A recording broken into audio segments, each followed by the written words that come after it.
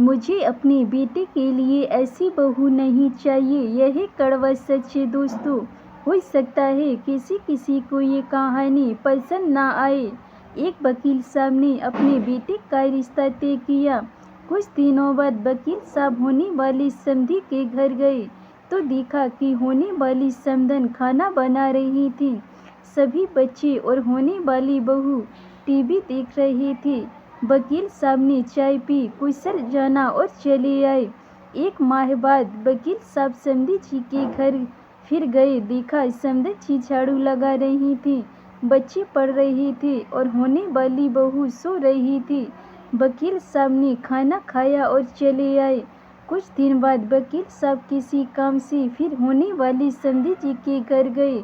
घर में जाकर देखा होने वाली समधन बर्तन साफ कर रही थी, बच्चे टीवी देख रहे थे और होने वाली बहू खुद के हाथों में नेल पेंट लगा रही थी। वकील साहब ने घर आकर गहन सोच विचार कर लड़की वालों के यहाँ खबर पहुँचाई कि हमें ये रिश्ता मंजूर नहीं है। कारण पूछने पर वकील साहब ने कहा कि मैं होने वाली समधी के घर 3 बार गया। तीनों बार सिर्फ समधन जी ही घर के कामकाज में व्यस्त दिखी। एक भी बार भी होने वाली बहू घर का कामकाज करती हुई नहीं दिखी। जो बेटी अपनी सगी माँ को हर समय काम में व्यस्त पाकर भी उनकी मदद करने का नाम सोचे, उम्रदराज माँ से कम उम्र की जवान होकर भी स्वयं की माँ का हाथ बटाने का जज्बा न रखे, वो किसी और की माँ और किसी अपरिचित परिवार के बारे में क्या सोचेगी।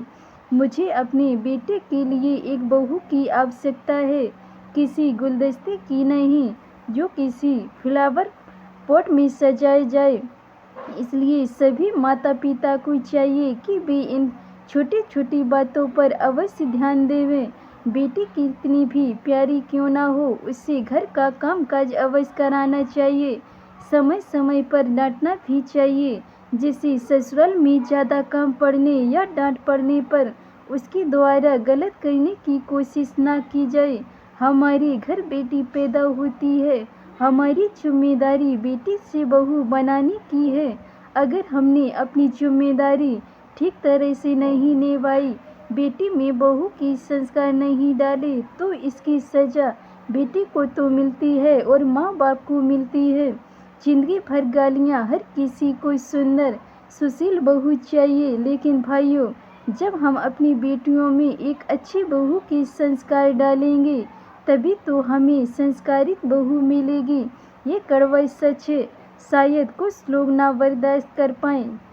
धन्यवाद दोस्तों। अगर ये मेरी कहानी आपको सही लगी हो तो वीडियो को लाइक कमेंट शेयर ज़रूर करें और चैनल को सब्सक्राइब करें।